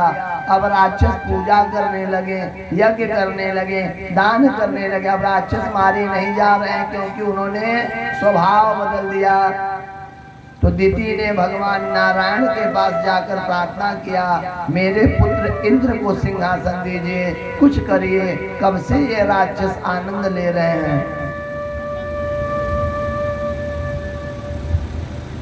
जब दिति ने बहुत कुछ कहा तो भगवान ने कहा चिंता न करो, कुछ उपाय करता हूँ। राजा बलि यज्ञ कर रहे हैं, 52 रूप धारण करके भगवान विष्णु इसी पृथ्वी पर आए हैं। और आप लोग बड़े सौभाग्यशाली हैं, इसी विंध्याचल में उजला नदी के पास 52 मंदिर है, जहाँ पर भगवान पहली बार अवतरित हुए हैं। वहीं स्नान किए हैं ओझल नदी में और वहीं से पैदल राजा बलि के यहाँ गए हैं। भगवान वहाँ गए और राजा बलि को बुला रहे हैं।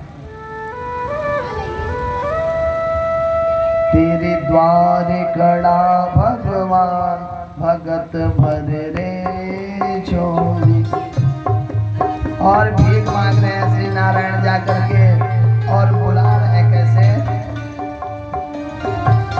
तेरे द्वार खड़ा भगवान, भगत भर रे झोली।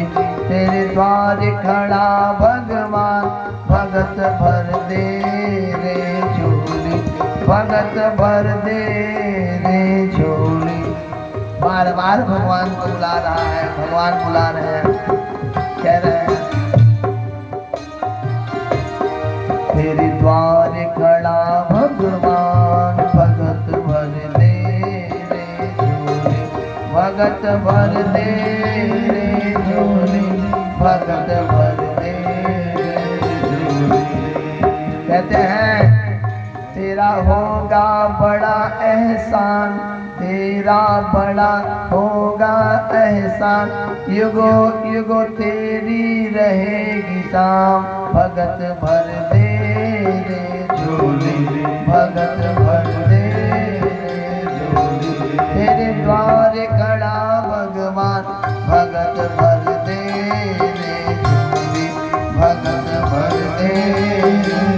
बार बार भगवान बुला रहे हैं कि मैं तेरे द्वार पे आया हूँ, अगर आज झोली में भर दिया तो तेरा नाम मैं अमर कर दूंगा। डोल उठी है सारी धरती, देख ले डोला गगन।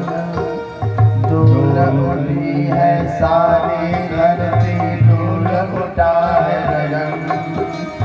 भीख है मांगने आया तेरे दर पर, भीख मांगने आया तेरे दर। जगत का पालनहारी, भगत भर दे झोली, भगत भर दे झोली। कहें भीख आज मांगने वाला कोई और नहीं आया है, तीनों लोक के स्वामी परम ब्रह्म श्री नारायण आए हैं।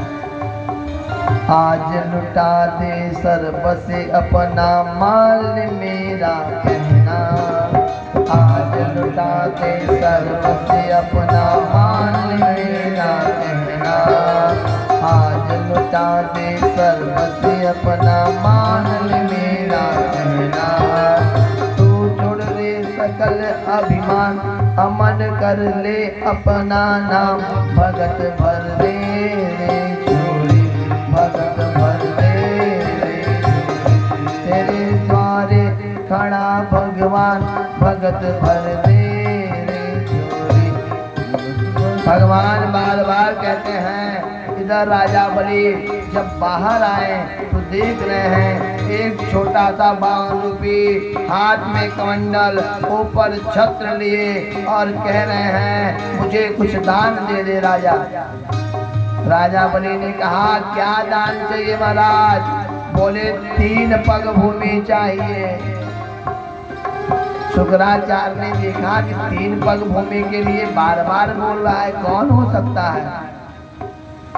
आंख बंद किया, देखा साक्षात चतुर्भुज भगवान नारायण 52 रूप में प्रकट है। बलि ने कहा महाराज आप 5 फीट कम से कम जमीन ले लो जिसमें सो सको बैठ सको, 3 फीट क्यों मांग रहे हो? आप कहो तो मैं पूरा अपनी जो संपत्ति है उसका आधा हिस्सा आपको दे दूं। ब्राह्मण देवता ने कहा मुझे आधा वादा नहीं चाहिए, मुझे 3 पग भूमि चाहिए। दे सकते हो तो बोलो, नहीं मैं चलूं। शुक्राचार्य ने कहा कि गलती मत करना, ये छलिया विष्णु है, तेरा पूरा समस्त धन संपत्ति वैभव ले लेगा।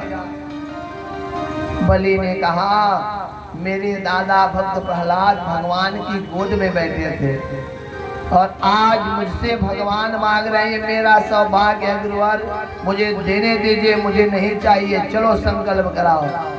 जैसे संकल्प होने लगा कमंडल में शुक्राचार्य जाकर घुस गए, मतलब अपने यजमान के हित के लिए उसमें घुस गए। भगवान ने कुशान निकाला, कमंडल में छेद किया, शुक्राचार्य की आंख चली गई, एक आंख के अंधे हो गए। फिर जल लिया, संकल्प किया मैं राजा बलि 3 पग भूमि इस ब्राह्मण को दान करता हूँ। भगवान ने भयंकर रूप धारण करते भगवान श्री नारायण बहुत बड़े हो गए और भगवान ने पहले पग में धरती को नाप लिया, धरती पर पैर रखा, दूसरे पैर पे समस्त ब्रह्मांड को ले लिया, अब तीसरा पैर में कुछ बचा ही नहीं। राजा बलि से बोले अब बोल तीसरा पैर कहाँ रखूं? भगवान के ऐसे वचनों को सुन करके बलि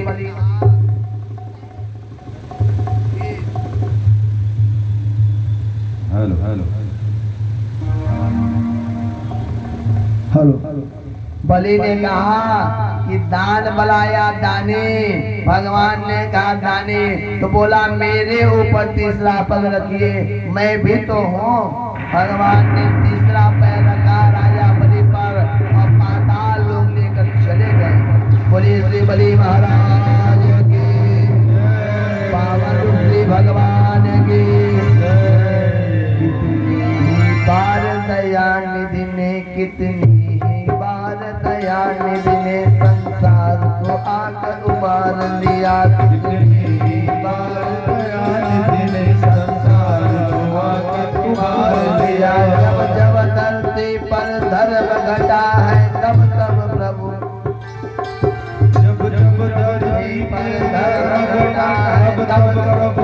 अवतार लिया। करो हरि दर्शन,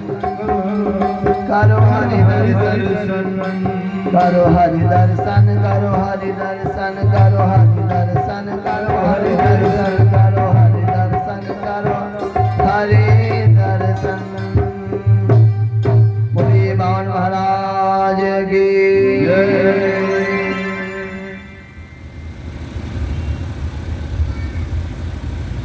आइए चलते हैं कथा के मध्य।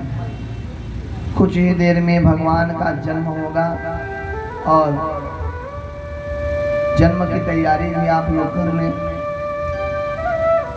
जन्म के समय व्यवस्था हो जाए। नंद बाबा भगवान को लेकर यमुना भी जाएंगे, उसकी भी तैयारी।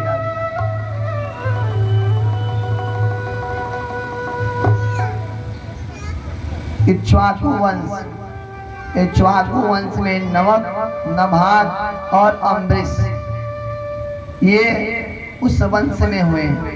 अम्बरीश की कहानी सुनाते हैं। राजा अम्बरीश बहुत तपस्वी और एकादशी का व्रत करते थे। एक बार राजा अम्बरीश स्नान करने गए। वहां पर उन्हें श्री दुर्वासा मुनि महाराज मिले। अम्बरीश जी ने कहा कि हे महाराज, आज मेरा एकादशी का व्रत है, मैं चल रहा हूँ पारण करने, यदि हो सके तो आप भी आइएगा। मैंने बहुत ब्राह्मणों को न्योता दिया है, आप भी आएंगे तो अच्छा लगेगा। फिर बोले अगर आप आइए, आप हाँ कहिए तो मैं आपका इंतजार करूंगा। दुर्वासा ने कहा मैं आ जाऊंगा, अभी तो मेरा भी पूजन पाठ का समय है, करके आ जाऊंगा। अम्बरीश इधर गए, इंतजार कर रहे हैं। इधर दुर्वासा महाराज ध्यान लगाए, समय का पता नहीं चला, लेट होता जा रहा है। वहाँ ब्राह्मण इकट्ठा हुए हैं, बोल रहे हैं देखो एकादशी का पारण का मुहूर्त निकल रहा है, करो नहीं हम जा रहे हैं। अम्बरीश जी ने एक तुलसी का पत्ता लिया, जुबान पे रखा और तब से राज वहाँ पर दुर्वासा प्रकट हो गए। दुर्वासा ने देखा कि एकादशी का पारण बिना मेरे आए तूने किया। क्या तुझसे मैंने बोला था मुझे बुला? तूने बुलाया था फिर भी मेरा अपमान किया, मैं तेरा विनाश कर दूंगा। अपने सर का बाल पटका। कृत्या नाम की एक उनकी राक्षसी प्रकट हुई। कृत्या को आदेश दिया राजा अम्बरीश को मार डाला। जैसे कृत्या अम्बरीश की तरफ जाना चाहे, इधर अम्बरीश के पीछे से भगवान का सुदर्शन चक्र आया और कृत्या नामक उस महापातकी का वध कर दिया। और फिर भगवान का सुदर्शन दुर्वासा को दौड़ा लिया। दुर्वासा जी भागते विष्णु लोग गए, कहे अपना सुदर्शन रोकिए। भगवान ने कहा ना तो मैं भेजा हूँ ना तो मैं रोकूंगा, मेरे भक्त को आपने पीड़ा दिया इसलिए सुदर्शन अपने आप चला गया, तो मेरे भक्त के पास जाइए। दुर्वासा फिर आए, जैसे राजा अम्बरीश के पैर को छूना चाह रहे थे कि अम्बरीश हाथ जोड़े, गुरुजी ये उचित नहीं है, आप मुझे क्षमा करें। भगवान का सुदर्शन वहीं से अदृश्य हो जाता है।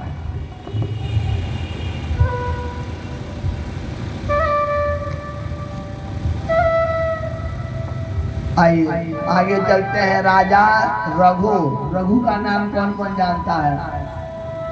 रघु कौन थे? कह रघुकुल रीति सदा चले आए, प्राण जाए वर वचन न जाए। ये राम भगवान को जिनको हम जानते हैं, ये रघु के नाम से राम आए हैं, रघु के कुल में राम आए हैं। राम के पहले रघु का बहुत नाम था। रघु के वंशज थे दशरथ। दशरथ को 3 रानियां थी। कौन कौन? कौन कौन थी? कौशल्या, सुमित्रा और कैकेयी। दुर्भाग्य था 3 में से किसी को एक बच्चा नहीं था, तीनों को तीनों निसंतान थी। एक दिन दशरथ जी को जब देखे ऐना में शीशा में कि मेरा बाल पक रहा है, बच्चे नहीं हुए, तो अपने गुरु जी के पास गए। गुरु वशिष्ठ ने उन्हें श्रृंगी ऋषि के यहाँ भेजा, यज्ञ कराया। उस यज्ञ में खीर मिला खाने के लिए। कैकेयी ने खीर रखा, उस खीर को किसी पक्षी ने लेकर आकाश में उड़ गया। सुमित्रा और कौशल्या ने आधा आधा खीर दे दिया कि दोनों का ले लो, तीनों का बराबर हो जाएगा, खा ली। इधर जो खीर पक्षी लेके जा रहा था, इधर माँ अंजना को भी संतान नहीं था, वो भी भगवान की प्रार्थना में लगी थी। और ऊपर से आकाश से खीर गिरा, मुंह फुलाता मुंह में चला गया। इधर अंजना भी गर्भवती हो गई, कैकेयी भी हो गई, कौशल्या और सुमित्रा सब गर्भवती हो गई। और फिर भगवान का जन्म होता है राम, भरत, लक्ष्मण और शत्रुघ्न। राम से छोटे भरत थे, लक्ष्मण तीसरे नंबर पे, लेकिन अपने प्रेम भातृत्व के कारण राम, लक्ष्मण, भरत, शत्रुघ्न बोला जाता है। महादेव की कृपा हुई। चैत्र शुक्ल पक्ष नवमी तिथि अभिजीत मुहूर्त में भगवान श्री रामचंद्र का जन्म होता है। आइए, भगवान राम का जन्म बहुत ही सहजता से, आनंद से हुआ। राम बाल्याकाल में बड़े सीधे थे, फिर गुरुकुल गए, कम आयु में गुरु से सब ज्ञान लिया।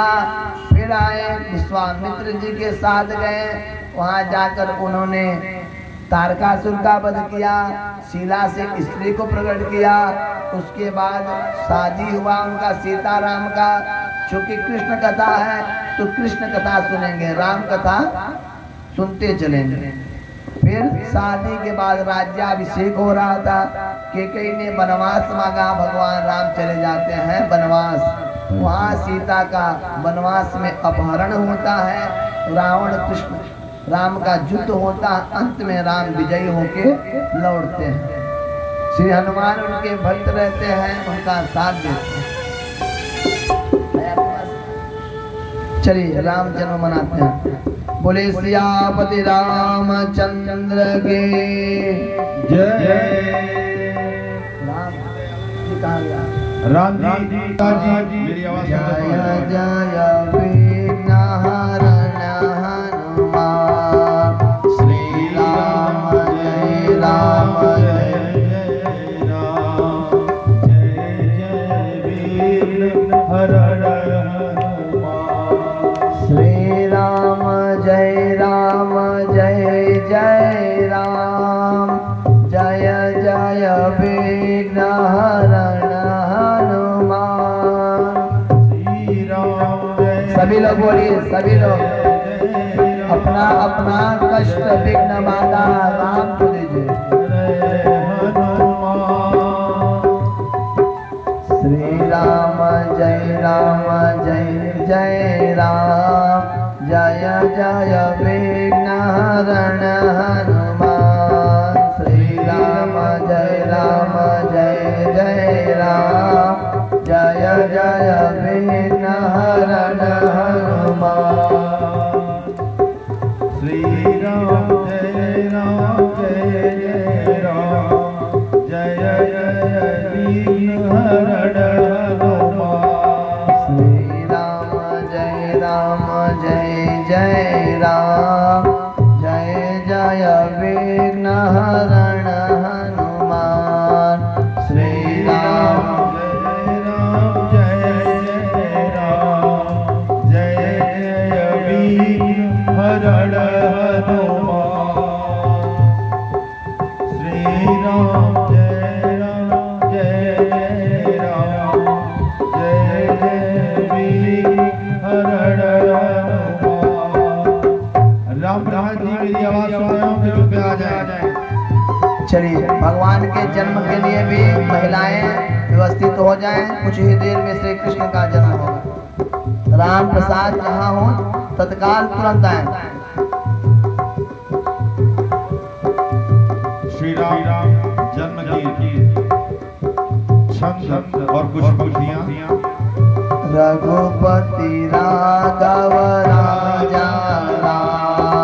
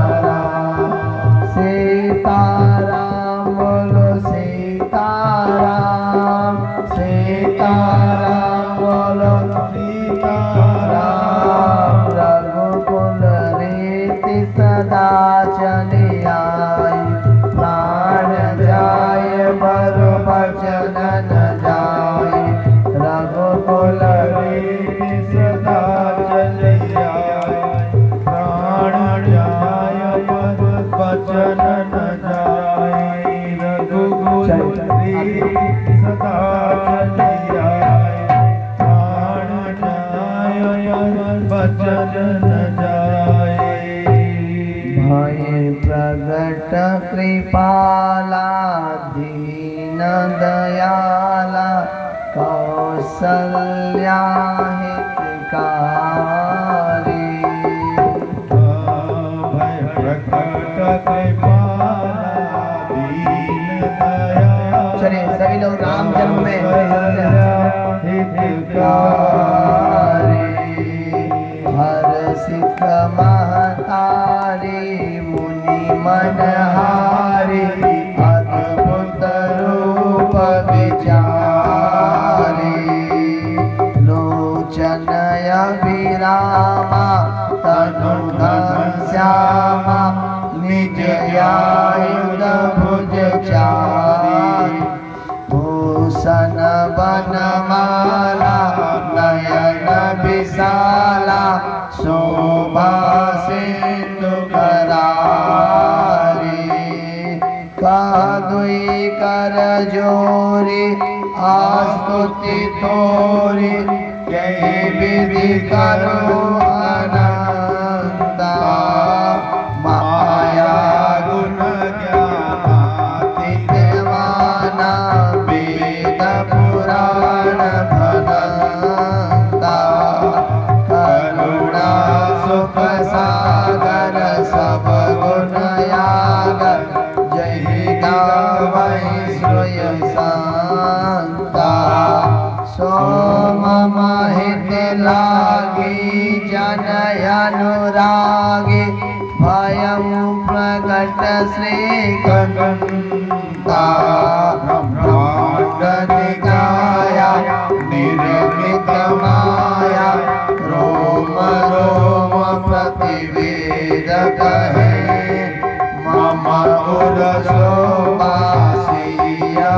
उपहासी सुनत धीर मति धीर रहे उपजा जब ज्ञाना प्रभु मुस्काना चरित बहुत विदिकीन चहे यही कथा सुहाई मातु बुझाई यही प्रकार सुत प्रेम रहे माता पुनि बोली सोमति डोली तजहु तात यह रूपा की जैसे सुलीला अति प्रिय शीला यह सुख परमय रूपा सुनि वचन सुजाना रोदन ठाना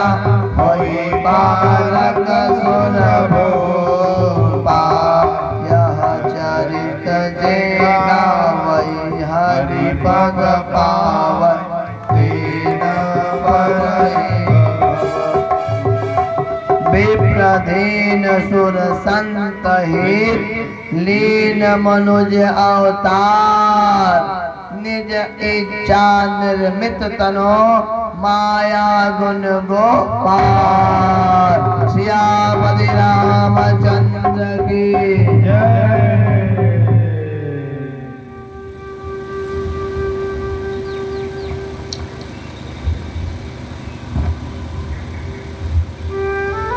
चलिए आते हैं चंद्रवंश। अब भगवान के वंश में चलते हैं, श्री कृष्ण के वंश में चलते हैं। चंद्रवंश परशुराम का वंश है। उग्रसेन नामक राजा थे, उसमें उग्रसेन के बड़े पुत्र का नाम था राजा कंस। पहले राजकुमार कंस थे। कंस के चचेरी बहन थी जिसका नाम था, क्या नाम था? कंस की बहन का नाम था देवकी। देवकी से बहुत प्रेम करता था कंस। भले सगी बहन नहीं थी, लेकिन सगी बहन से ज्यादा प्रेम कंस करता था। बड़ी बहन हो गई, अब उसका विवाह करना था, तो अपने मित्र वासुदेव से अपनी बहन का विवाह किया बहुत धूमधाम से। अपने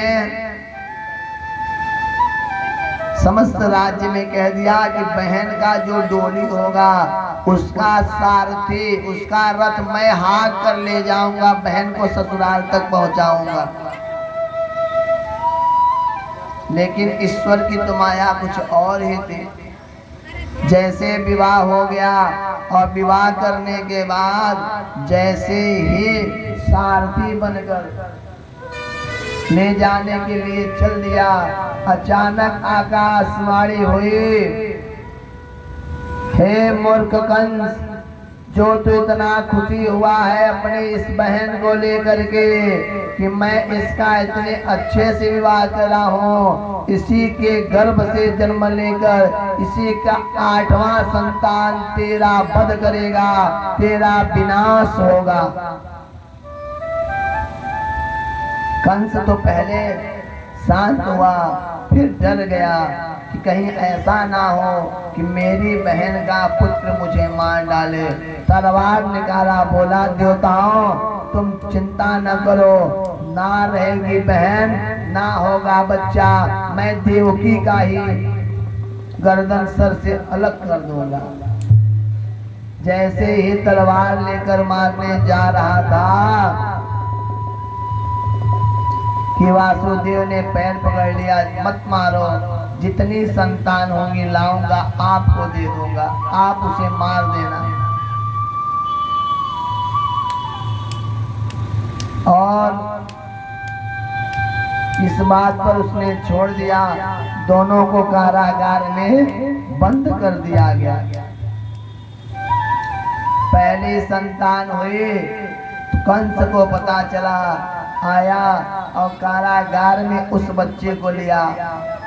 1 घंटे का बच्चा, छोटा सा बालक रो रहा है, अबोध है, जिसे ये नहीं पता मैं कहाँ हूँ, अपने माँ का दूध नहीं पिया है, उस बालक को पकड़ा है और इतना तेज नचाकर पटका है कि उसके सर के एक एक हड्डी, खून, मांस दीवालों पर जाकर छितरा गए हैं, लग गए।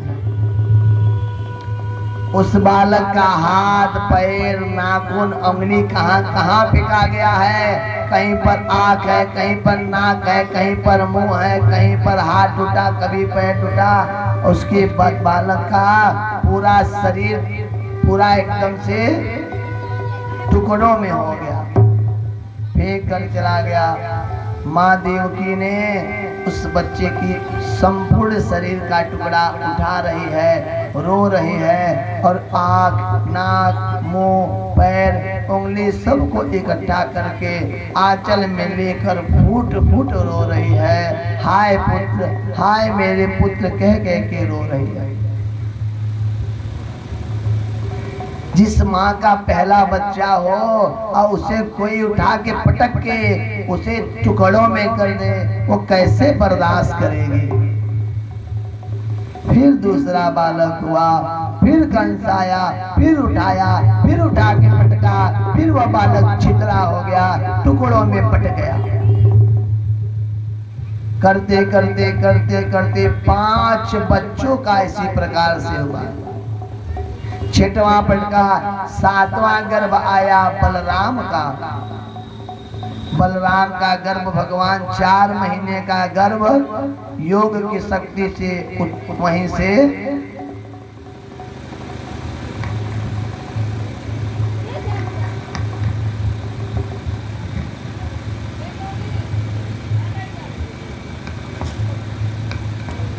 सातवें बच्चे को वहीं से भगवान को बलराम पहले आते हैं तो देवकी के गर्भ से उसे निकाल करके और बड़ी पत्नी के गर्भ में उसे भेज दिया जाता है। आप लोग जल्दी से इधर बैठिए, दोनों जने इधर आओ।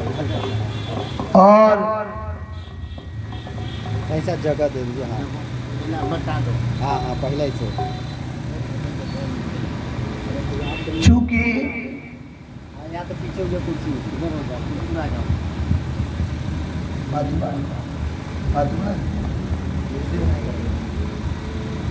चालू करो इसको। जगह बना लेना जहाँ जन्म होगा।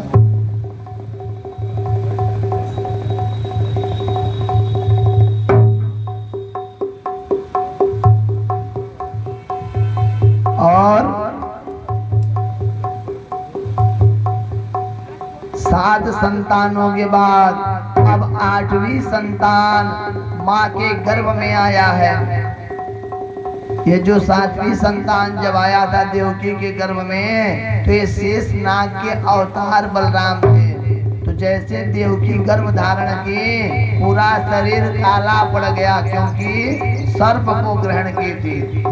शरीर एकदम कभी काला कभी नीला दिखता था, जुबान काली होने लगी थी। 4 महीने के बाद वो ठीक हो गए। उसके बाद 8वीं संतान श्री हरि भगवान कृष्ण का जन्म होने वाला था।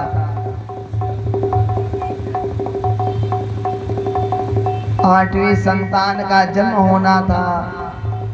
सावन भादों लगने वाला था। मोर नाच रहे थे, चारों तरफ बरसात हो रही थी, मौसम परिवर्तन ले रहा था। क्यों? क्योंकि श्री हरि भगवान नारायण का जन्म होना था।